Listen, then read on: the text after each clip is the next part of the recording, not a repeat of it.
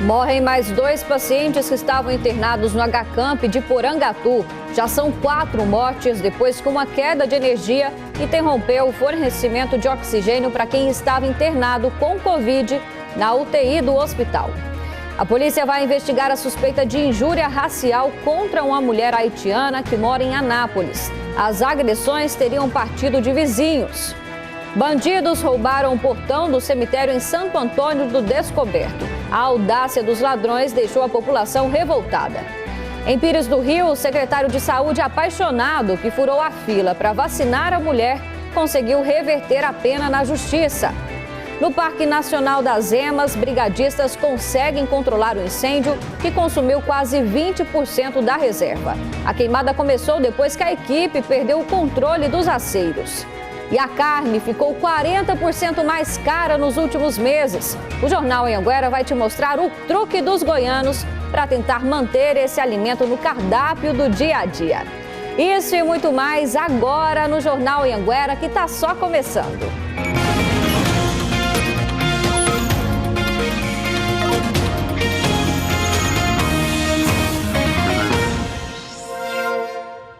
Agora 11h51, bom dia para você, seja muito bem-vindo ao nosso Jornal Anhanguera. A gente abre a edição de hoje falando de uma história absurda. É que criminosos furtaram um portão de um cemitério em Santo Antônio do Descoberto. O Danilo Moreira tem as informações e vai contar para a gente essa história muito absurda, né, Danilo? Bom dia, como que isso aconteceu?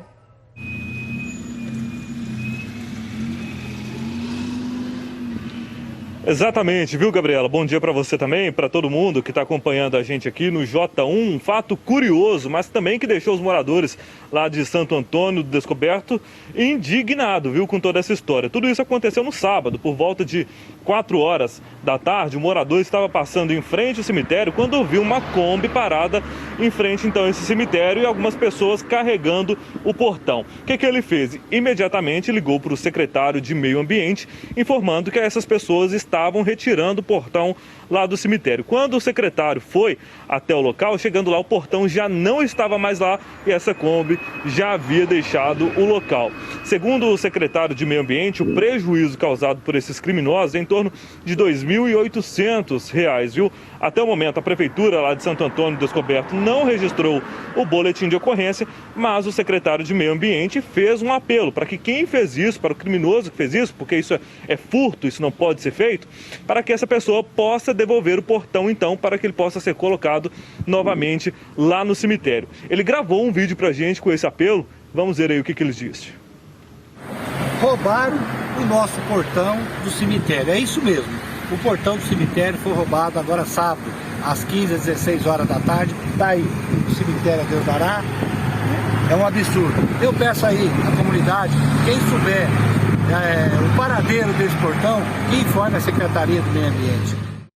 Pois é, se a pessoa que fez isso estiver assistindo o nosso jornal, gente, entre em contato então com a Prefeitura, com a Secretaria de Meio Ambiente, informando, tem a atitude mais bonita, né, do que devolver uma coisa que não é dela, né? Então entre em contato com a Prefeitura para devolver esse portão aí, porque realmente é de deixar qualquer um revoltado com essa situação. O cemitério agora está lá sem portão, está totalmente aberto, viu, Gabriela?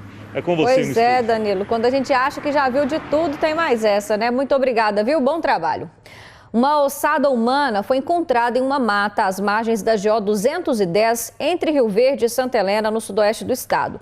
Ao vivo, a Manuela Messias tem as informações e vai explicar pra gente aí o que a polícia sabe desse caso até agora. Bom dia pra você, Manu.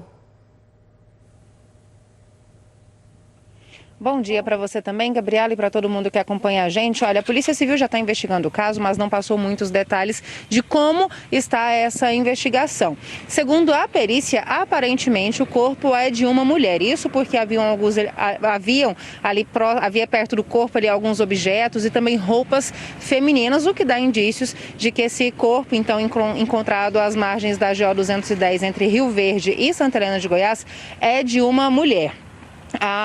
o IML recolheu esse corpo, o IML recolheu esse corpo, trouxe aqui para o IML de Rio Verde, né? E a Polícia Técnico-Científica, então, também recolheu amostras dos ossos, porque agora eles querem saber se essa amostra coincide com alguém que já está desaparecido há muito tempo. Então, eles vão pegar essas amostras e bater ali as informações para ver se é de alguma pessoa desaparecida ou não. Como eu disse, a Polícia Civil já está investigando esse caso, mas ainda não passou mais detalhes e disse que à medida que a investigação for avançando, eles vão mantendo a gente informado para a gente dar detalhes aqui para vocês.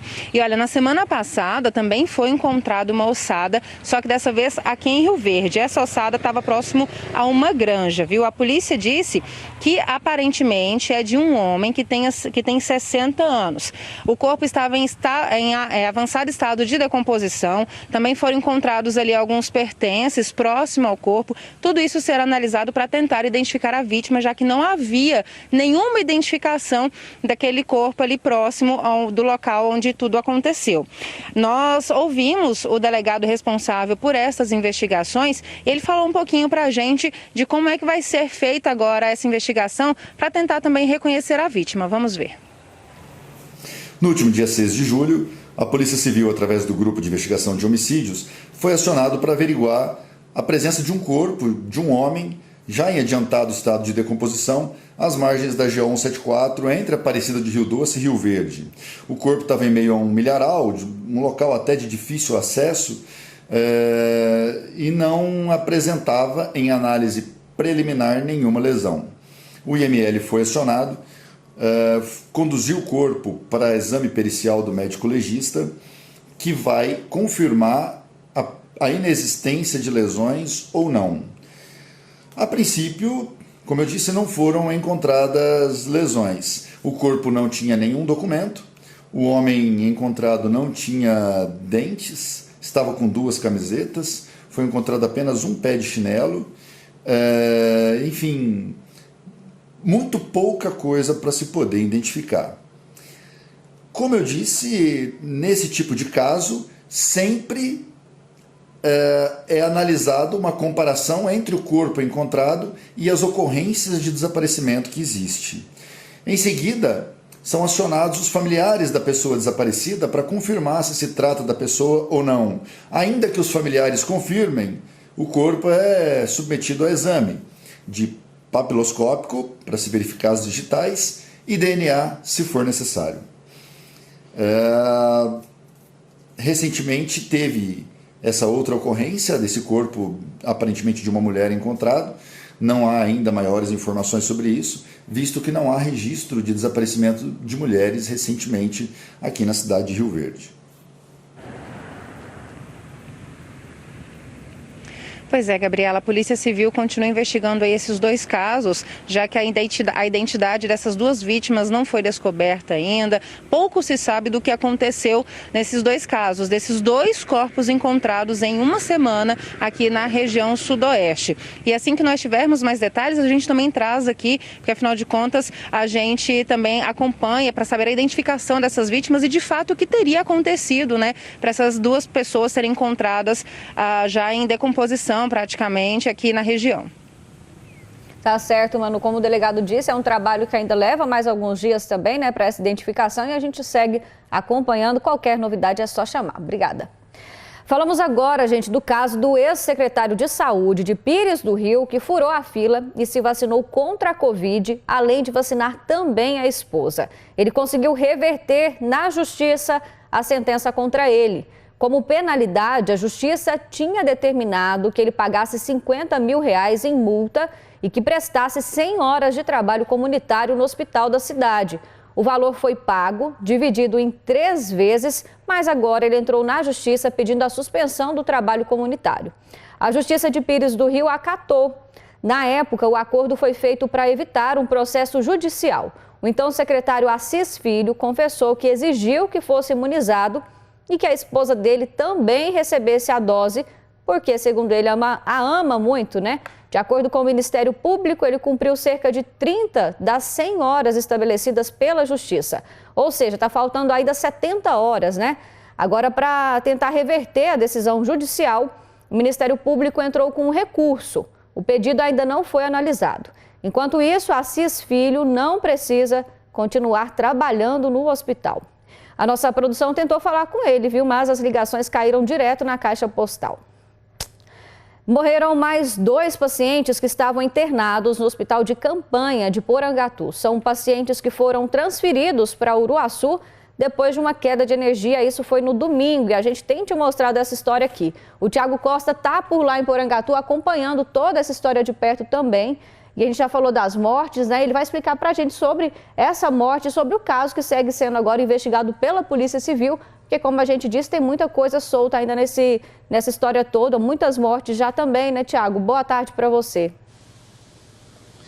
Boa tarde, Gabriela. Boa tarde para todos que acompanham a gente. Olha, agora há pouco, a assessoria de comunicação da Secretaria Estadual de Saúde confirmou mais 2 mortes. Então, somadas, dão 4 mortes desde a queda de energia no HCamp aqui de Porangatu, que estragou o equipamento, o gerador de oxigênio do hospital. E esses pacientes, 11, precisaram ser transferidos para o HCamp de Uruaçu, que é o hospital Centro-Norte. São as vítimas um homem de 76 anos, que morreu aqui ainda em Porangatu, antes mesmo de ser transferido. Agora, a assessoria de comunicação da Secretaria Estadual de Saúde confirmou mais 3 mortes, sendo de um homem de 70 anos, um outro homem de 61 anos e uma outra mulher também idosa.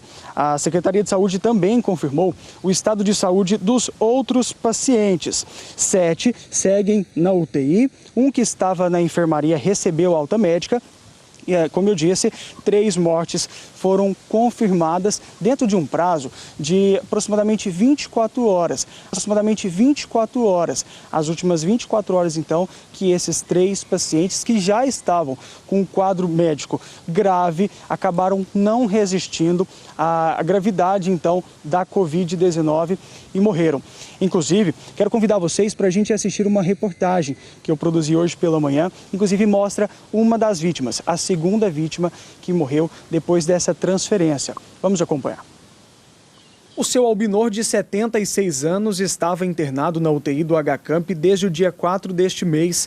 Ele foi o primeiro a morrer depois que o gerador de oxigênio da unidade teve problemas enquanto era ligado, logo após uma árvore cair sobre a fiação de energia e provocar uma queda no fornecimento. Lucas, neto do seu Albinor, fala da angústia que sentiu quando descobriu o que estava acontecendo no hospital em que o avô estava. Na base de umas 4 horas, umas 3h30, 4 horas, eles ligaram para minha irmã e falaram: olha, nós vamos ter que entubar seu avô para fazer um procedimento. Quando a gente chegou lá, ele pegou e falou: não, seu avô já está entubado, está estável, o quadro dele está normal, ele vai ser o 8º a sair. Mas a gente chega lá já no desespero, vê aquela situação todinha que está acontecendo lá. Não tem como explicar isso aí. Altamiro Antônio de Souza, de 70 anos, foi outra vítima. Morador de Porangatu, ele estava internado no HCamp desde o dia 2 deste mês e morreu quando deu entrada no Hospital Centro-Norte, em Uruaçu. O coração está em pedaços, a família está dilacerada. Eles tiraram a possibilidade de vida do meu pai porque ele estava respondendo muito bem à intubação. Com essas mortes, a Polícia Civil continua acompanhando o caso. Já ouviu uma das responsáveis pelo HCamp e quer entender o que realmente aconteceu no hospital de campanha daqui de Porangatu. A princípio, conforme estava circulando, né, na rede social, que as vítimas teriam vindo a óbito em razão da falta de oxigênio. Todavia, há possibilidade de que essas vítimas tenham chegado a falecer quando foram realizadas a tentativa de transferência, porque no hospital ainda, ao que tudo indica, havia oxigênio que estava sendo fornecido pelo sistema de emergência que tem na unidade. Porque apesar de ter tido problema no compressor, a oxigenação dos pacientes, ao que tudo indica, continuou a acontecer pelos tubos, né, que existem lá na unidade de emergência. Como a equipe médica resolveu fazer a transferência dos pacientes para outras unidades próximas da região para evitar desabastecimento de oxigênio. E, ao que nos parece ainda, a gente não pode afirmar, porque até por uma questão de sigilo das investigações, na hora de fazer a intubação e na hora de fazer o transporte, por algum motivo esses pacientes vieram a falecer. A responsabilidade criminal de eventuais dos gestores, né, que pode vir a acontecer, ela não vai mudar muito. Ela provavelmente, né, o que tudo indica, ela vai acontecer independentemente dessa situação. Gabriela, desde o início da pandemia, a gente vê muito nas redes sociais, na internet, que as pessoas colocam luto. Isso acaba que a gente acostuma, mas uma coisa que nunca vai dar para normalizar são mortes de pessoas que são pais, que são avós, que estão ali diariamente na casa da pessoa, e esses familiares, depois da morte, não terão eles mais, principalmente numa situação como essa, que a pessoa estava internada no hospital, houve uma queda de energia, um equipamento falhou e essas pessoas precisaram então serem transferidas. Como a gente viu, o relato das famílias é uma dor que fica para sempre. E nós aqui nos solidarizamos com essas pessoas. Eu que principalmente acompanhei essas famílias para gravar com eles, me solidarizo com eles porque eu acredito que não deve ser nada fácil, né, Gabriela? Volto com você no estúdio. Com certeza não é nada fácil, né? Igual o Neto estava falando ali durante a entrevista, né? Que ainda tinha esperança de recuperação, o homem também, né, que policial militar que perdeu o pai. Então a gente fica aí com essa história toda em aberto, né, se tinha realmente chance da pessoa sobreviver ou não. Então a gente aguarda as investigações para tentar entender parte desse problema, se houve uma falha mesmo, se foi alguma irresponsabilidade, né, Tiago? Muito obrigada, viu? Bom trabalho e qualquer coisa chama a gente aqui de novo. A gente entrou em contato agora há pouco com a assessoria de imprensa da Prefeitura de Porangatu e assim que a gente tiver qualquer resposta, a gente vai trazer aqui no Jornal Anhanguera.